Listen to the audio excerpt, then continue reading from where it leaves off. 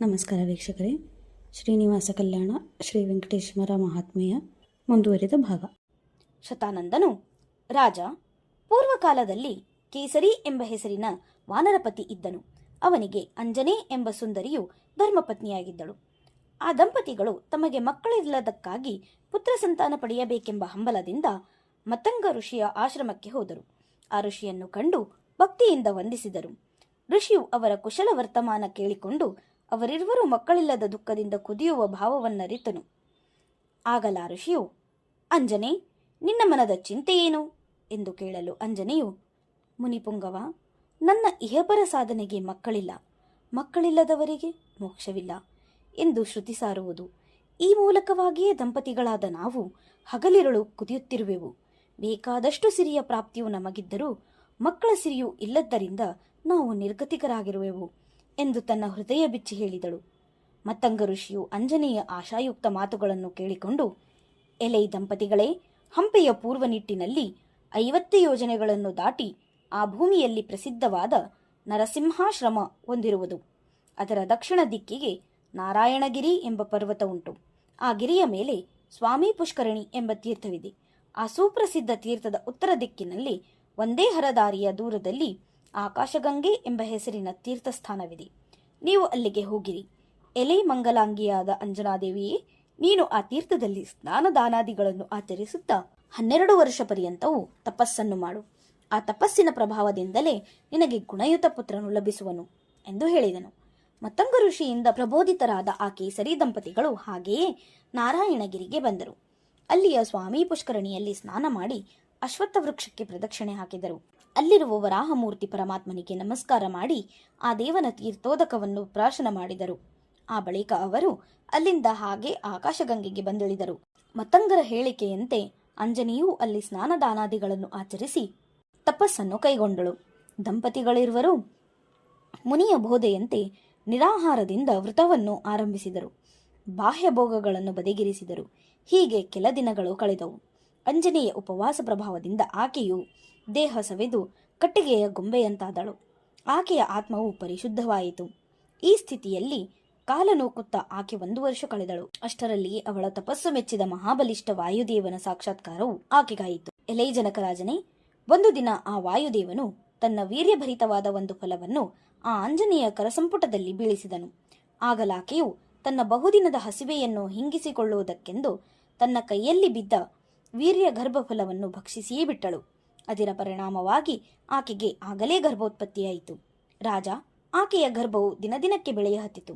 ಅಂಜನಿಗೆ ಗರ್ಭೋತ್ಪತ್ತಿಯಾದದನ್ನು ಕೇಳಿ ಅಲ್ಲಿರುವ ಋಷಿಗಳೆಲ್ಲರೂ ಬಲು ಹರ್ಷವಾಯಿತು. ಮುಂದೆ 10 ತಿಂಗಳಿನವರೆಗೆ ಆಕೆಯ ಗರ್ಭವು ವರ್ಧಿಸಿತು. ಆಗ ಅಂಜನಿಗೆ ಪ್ರಸವ ಕಾಲವು ಬಂದೊದಗಿತು. ಯೋಗ್ಯ ಸಮಯ ಪ್ರಾಪ್ತವಾಗಲು ಆಕೆಯ ಉದರದಿಂದ ಶ್ರೇಷ್ಠನಾದ ಪುತ್ರನು ಜನಿಸಿದನು. ಆ ಮಗುವು ಹುಟ್ಟಿದ ವಾರ್ತೆಯು ಆಶ್ರಮವಾಸಿಗಳಿಗೆಲ್ಲ ಗೊತ್ತಾಯಿತು. ಋಷಿ ಪತ್ನಿಯರು ಆ ಅಂಜನೆಯನ್ನು ಕಂಡರು. ಆಕೆ ಹಡೆದ ಶಿಶುವನ್ನು ಎತ್ತಿ ಮುದ್ದಾಡಿದರು. ಅವರೆಲ್ಲ ಒಟ್ಟುಗೂಡಿ ಆ ಮಗುವಿಗೆ ಹನುಮಂತ ಎಂದು ಹೆಸರಿಟ್ಟು ಸಂಬೋಧಿಸಿದರು. ರಾಜ, ಈ ಬಗೆಯಾಗಿ ಅಂಜನಾದೇವಿಯು ತಾನು ಕೈಗೊಂಡ ವ್ರತವನ್ನು ಕೊನೆಗಾಣಿಸಿ ಆ ಪರ್ವತದಲ್ಲಿ ಪುತ್ರನನ್ನು ಹೆತ್ತಳು. ಈ ನಿಮಿತ್ತವಾಗಿಯೇ ಆ ಪರ್ವತಕ್ಕೆ ಅಂದಿನಿಂದ ಅಂಜನಗಿರಿ ಎಂಬ ಹೆಸರು ರೂಢವಾಗಿ ಜಗತ್ತಿನಲ್ಲಿ ಕೀರ್ತಿ ಹೊಂದಿ ಪ್ರಸಿದ್ಧವಾಯಿತು ಎಂದು ಶತಾನಂದನು ಹೇಳಲು ಜನಕರಾಜನು, ಮುನಿವರ್ಯ, ನಿಮ್ಮ ಮುಖದಿಂದ ಅಂಜನಗಿರಿ ನಾಮದ ಉತ್ಪತ್ತಿಯನ್ನು ಕೇಳಿ ಸಂತೋಷವಾಯಿತು. ಆದರೆ ಅದೇ ಪರ್ವತವನ್ನು ದ್ವಾಪರಯುಗದಲ್ಲಿ ಶೇಷಶೈಲವೆಂದು ಇನ್ನೊಂದು ನಾಮದಿಂದ ಪರಿವರ್ತಿಸಿ ಹೇಳುವ ಕಾರಣವೇನು ಎಂದು ಕೇಳಲು ಶತಾನಂದನು, ರಾಜ, ಪೂರ್ವಕಾಲದಲ್ಲಿ ದೇವಪೂಜ್ಯನಾದ ಶ್ರೀನಿವಾಸನು ಲಕ್ಷ್ಮಿಯೊಡನೆ ತನ್ನ ವೈಕುಂಠ ಮಂದಿರದಲ್ಲಿ ಒಂದು ದಿವಸ ರಮಾರಮಣನಾಗಿದ್ದನು. ಆ ಕಾಲದಲ್ಲಿ ತನ್ನ ಒಳಮಂದಿರದಲ್ಲಿ ಯಾರಿಗೂ ಪ್ರವೇಶ ಮಾಡಕೂಡಬಾರದೆಂದು ಆ ಮಂದಿರ ದ್ವಾರದಲ್ಲಿ ಶೇಷನನ್ನು ಕಾವಲು ಮಾಡುವುದಕ್ಕೆ ಕುಳ್ಳಿರಿಸಿದ್ದನು. ಆಗ ಪ್ರಾಣಪತಿಯಾದ ವಾಯುದೇವನು ಏನೋ ಒಂದು ಕಾರಣದಿಂದ ಆ ವೈಕುಂಠಪತಿಯ ದರ್ಶನಕ್ಕೆಂದು ಬಂದನು. ಮಂದಿರದ ದ್ವಾರದಲ್ಲಿ ಶೇಷನು ಕಾವಲು ಮಾಡುತ್ತಲಿದ್ದನು. ವಾಯುವು ಆ ಶೇಷನನ್ನು ಲಕ್ಷಿಸದೆ ಹಾಗೆಯೇ ಹರಿಮಂದಿರ ಸೇರಹೋದನು. ಕೂಡಲೇ ಶೇಷನು ಅವನನ್ನು ತಡೆದನು. ಆಗ ವಾಯುವು, ಎಲೈ ಶೇಷನೇ, ಪೂರ್ವಕಾಲದಲ್ಲಿ ಜಯವಿಜಯರೆಂಬುವರನ್ನು ನಿನ್ನಂತೆಯೇ ಈ ದ್ವಾರಪಾಲಕರಾಗಿ ಶ್ರೀಹರಿಯಿಂದ ನೇಮಿಸಲ್ಪಟ್ಟಿದ್ದರು. ಆಗ ಆ ಕಾವಲುಗಾರರು ತಮಗೆ ಹರಿಮಂದಿರ ದ್ವಾರಪಾಲನೆಯ ಕೆಲಸ ದೊರೆತದ್ದಕ್ಕಾಗಿ ತಮ್ಮಲ್ಲಿ ಗರ್ವವನ್ನು ತಂದುಕೊಂಡು ಬಹಳೇ ಉಬ್ಬಿದ್ದರು. ಒಳಗೆ ಯಾರನ್ನೂ ಬಿಡದಾದರು. ಇವರ ಸೊಕ್ಕಿನ ವರ್ತನೆಯು ಇನ್ನಾವ ದೇವತೆಗಳಿಗೂ ಸರಿಬರದಂತಾಯಿತು. ಇದೇ ಸ್ಥಿತಿಯು ಕೆಲ ಕಾಲ ಕಳೆಯಿತು. ಮುಂದೊಂದು ದಿನದಲ್ಲಿ ಬ್ರಹ್ಮನ ಮಾನಸಪುತ್ರರಾದ ಸನಕಾದ್ಯರು ಶ್ರೀಹರಿಯ ದರ್ಶನಕ್ಕೆಂದು ಇಲ್ಲಿಗೆ ಬಂದರು. ಈಗ ನೀನು ನನ್ನನ್ನು ವಿರೋಧಿಸಿದಂತೆ ಜಯ ವಿಜಯರು ಆ ಮುನಿಗಳನ್ನು ತಡೆದರು, ಒಳಗೆ ಬಿಡದಾದರು. ಕಡೆಗೆ ಆ ಸನಕಾದ್ಯರು ಆ ಕಾವಲುಗಾರರನ್ನು ಶಪಿಸಿದರು. ಅವರು ಕೊಟ್ಟ ಶಾಪದ ಪರಿಣಾಮವಾಗಿಯೇ ಆ ಜಯ ವಿಜಯರು ಲಂಕೆಯಲ್ಲಿ ರಾವಣ ಕುಂಭಕರ್ಣರೆಂದು, ಮಥುರೆಯಲ್ಲಿ ಕಂಸ ದಂತವಕ್ರ ಹಾಗೂ ಇಂದ್ರಪ್ರಸ್ಥದಲ್ಲಿ ದುರ್ಯೋಧನ ದುಶ್ಯಾಸನ ರಾಕ್ಷಸರಾಗಿ ಜನ್ಮ ತಾಳಬೇಕಾಯಿತು. ಎಲೆ ತಿಳಿಗೇಡಿ ಶೇಷನೇ, ಇದು ನಿನಗೆ ಗೊತ್ತಿರುವುದಿಲ್ಲವೇ ಎಂದು ವಾಯುವು ನುಡಿದನು. ಆ ಶೇಷನನ್ನು ಹೀಯಾಳಿಸಿದನು. ವಾಯುವು ತನ್ನನ್ನು ತಿರಸ್ಕರಿಸಿ ನುಡಿಯುವುದನ್ನು ಶೇಷನು ಸಹಿಸದಂತಾದನು. ಅವನು ಆ ವಾಯುವನ್ನು ಕುರಿತು, ಎಲೆ ವಾಯುವೆ, ನೀನಾವ ದೊಡ್ಡ ಮಾತನ್ನು ಹೇಳುವಿ? ಪ್ರಾಣದ ಪರಿವೆಯೂ ನಿನಗೆ ಇಲ್ಲವೆಂಬಂತೆ ತೋರುವುದು. ಕತ್ತಲೆಯಲ್ಲಿ ವಾಸವಾಗಿರುವವನಿಗೆ ಸೂರ್ಯನ ಗತಿಯು ತಿಳಿಯಲಾರದು. ಅದೇ ಬಗೆಯಾಗಿ ನೀನು ನನ್ನ ಸಾಮರ್ಥ್ಯ ತಿಳಿಯದೆ ಮಾನವನಂತೆ ನಿರರ್ಥಕ ಬೊಗಳುತ್ತಿರುವಿ. ಬಲ, ಜ್ಞಾನ, ವಿರಾಗಗಳಿಂದ ಯುಕ್ತನಾದ ವಿಷ್ಣು ಭಕ್ತನೆಂದರೆ ನಾನೇ. ನನ್ನನ್ನು ಸರಿಗಟ್ಟುವ ಇನ್ನಾವ ಭಕ್ತನನ್ನೂ ನಾನು ಕಾಣೆನು. ಸತತವೂ ಹರಿಮಂದಿರದಲ್ಲಿ ಸ್ಥಿರನಾಗುವ ನಾನು ಶ್ರೀಹರಿಗೆ ಮಗನಿಗಿಂತಲೂ ಹೆಚ್ಚಾಗಿ ಪ್ರೀತಿಯುವನಾಗಿರುವೆನು. ಮಾನವಲೋಕದ ಕಲ್ಯಾಣಕ್ಕಾಗಿ ಹಾಗೂ ತನ್ನ ಹಿತಕ್ಕಾಗಿಯೇ ನನ್ನನ್ನು ಶ್ರೀ ಲಕ್ಷ್ಮೀನಾರಾಯಣರು ಈ ದ್ವಾರ ರಕ್ಷಣೆಗೆಂದು ನೇಮಿಸಿರುವರು ಎಂದೆನ್ನಲು ವಾಯುವು, ಶೇಷನೇ, ರಾಜನ ಅಂತಃಪುರದಲ್ಲಿ ಓಡಾಡುವ ಬೆಕ್ಕು ಹೊರಗೆ ಗಜಶಾಲೆಯಲ್ಲಿ ಬಂಧಿಸಿದ ಆನೆಗೆ ಎಂದಾದರೂ ಸಮವಾಗುವುದೇ? ರಾಜನ ಪಾದ ಸಂವಾದನೆ ಮಾಡುತ್ತಾ ರಾಜನ ಹಾಸಿಗೆಯ ಮೇಲೆ ಕುಳಿತ ಸೇವಕನು ರಾಜನೆದುರು ಕೈಮುಗಿದು ನಿಂತಿರುವ ರಾಜಪುತ್ರನ ಯೋಗ್ಯತೆಯುಳ್ಳವನಾಗುವನೇ ಎಂದು ವಾಯು ನುಡಿದನು. ಮುಂದೆ ಅವರಿರುವರಲ್ಲಿ ತಾರತಮ್ಯದ ವಾದ ವಿವಾದವು ಬೆಳೆದು ವಿಕೋಪಕ್ಕೆ ಹೋಯಿತು.